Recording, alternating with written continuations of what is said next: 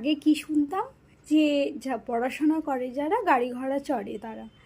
তো এখন কিন্তু সমাজ পরিবর্তনের সঙ্গে সঙ্গে সেটাও পরিবর্তন হয়ে গেছে।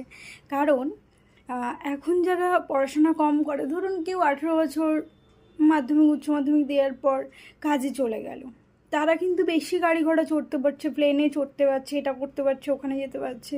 কিন্তু যারা দেখুন ওই গ্র্যাজুয়েশনে পড়ছে তারা আর প্লেনে চড়তে পারবে? তারা এখান থেকে ট্রেনে, ট্রামে, বাসেই চললো।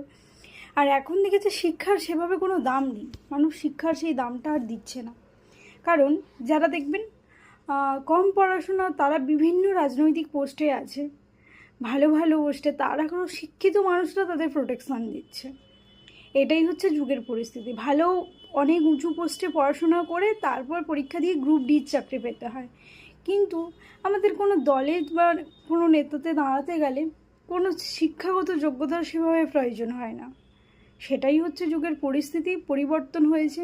শিক্ষার কোনো আর দাম রাখলো না কেউ।